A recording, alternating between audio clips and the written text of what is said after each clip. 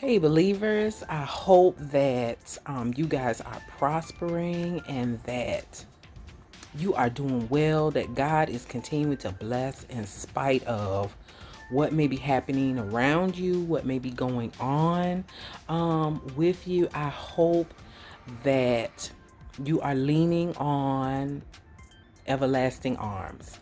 And having said that, I am just coming to you guys today um, for some encouragement. In my prayer and study time, the Lord brought to my attention Matthew chapter 7 and verse 7.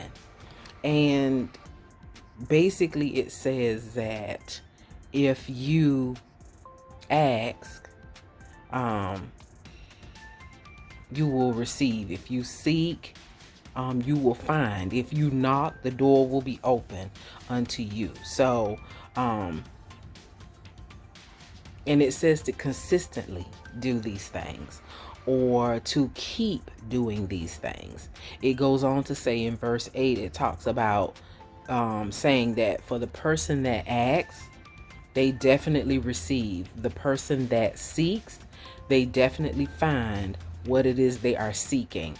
And when a person knocks, if they continue to knock, the door will be open unto them. And so my question to you all today, and I talked about leaning on the everlasting arms because that song, after reading that particular song was placed in my heart. It just, and the words of it go, the older version of it says, what a blessedness, um, what a joy divine, leaning on the everlasting arms. What a fellowship, what a peace is mine, leaning on the everlasting arms. Leaning, safe and secure from all alarm.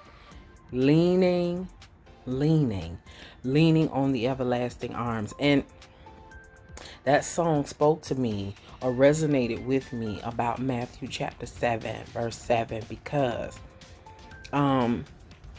when you are assured, when you have an assurance, when you are trusting, relying, and leaning on someone,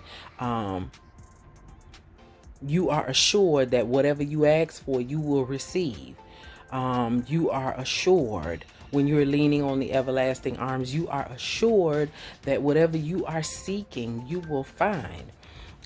When you are leaning on the everlasting arms of God, you are assured that when you knock on the door, it shall be open unto you. And now, those can have negative connotations too, because a lot of times, you can ask for things that you don't need, and you can continuously ask. And eventually you get what you're asking for. If you're looking for trouble, guess what? You will find it. If you're knocking on the door to danger and harm and foolishness, guess what? It's going to be open to you. So that works both ways. But what I wanted to come today and ask you all, because I'm seeing a lot of things like on TikTok and different things about these positive affirmations. And it's fine to do that. I have nothing against positive affirmations. That's not what I'm saying. But there is an acknowledgement that needs to take place.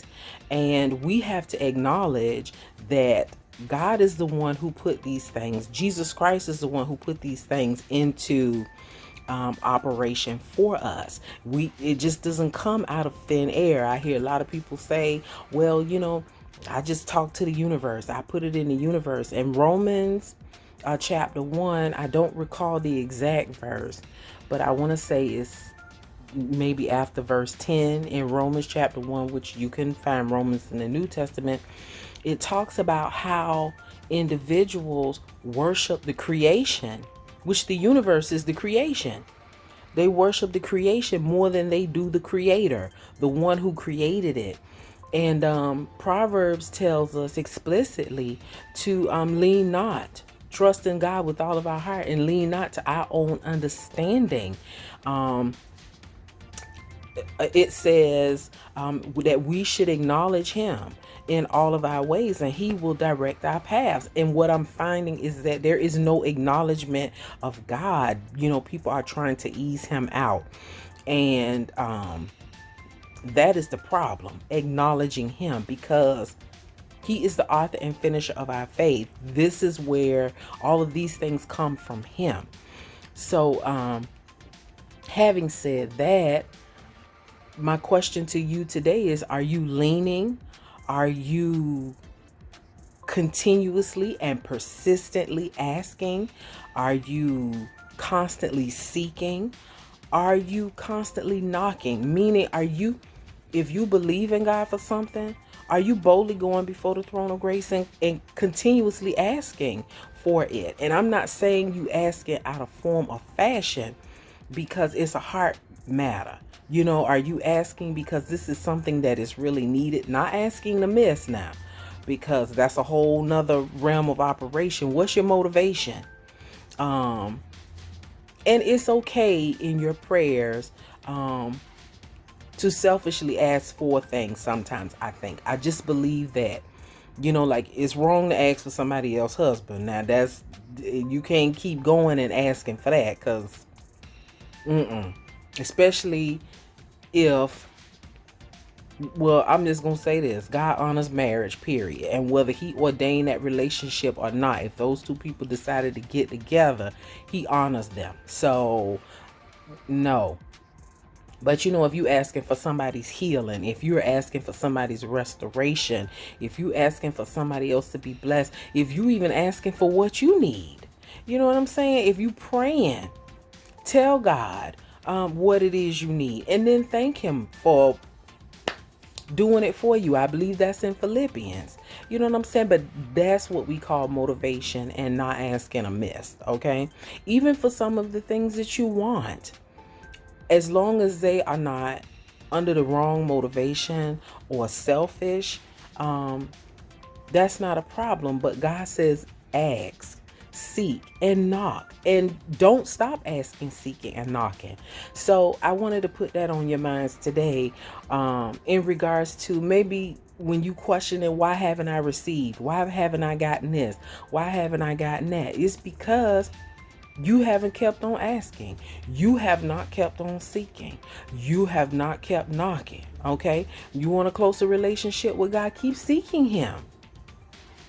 You want the Holy Spirit to endow you with his power? Keep asking. You want the Holy Spirit to endow you with wisdom? You want the Holy Spirit to unmask your enemies? Who are they? Keep asking. Keep seeking, and keep knocking. And it will be open. The door will be open. Why? Because verse 8 says those who ask, they definitely receive. Those who seek continuously, they find. And those who knock, the door is open. All right. And if you're reading it in the King James Version, it reads one way. But if you're reading it in a New Living Translation, it says keep on asking. Keep on. So continue to ask.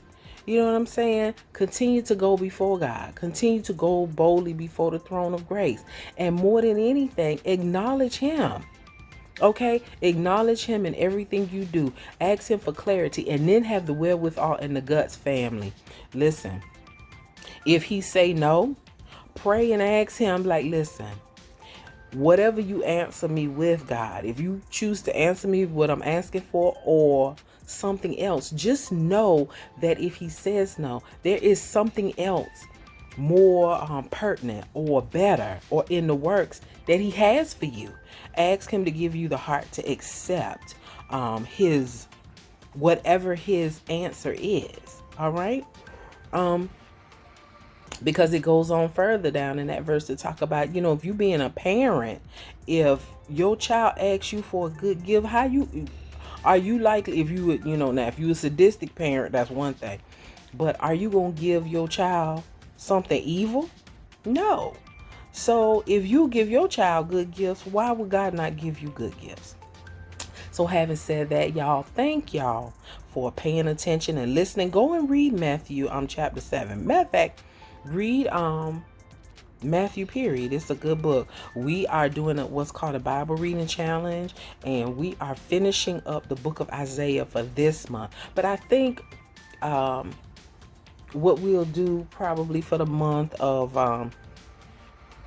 November is read Matthew. We might read Matthew. We might go to the New Testament.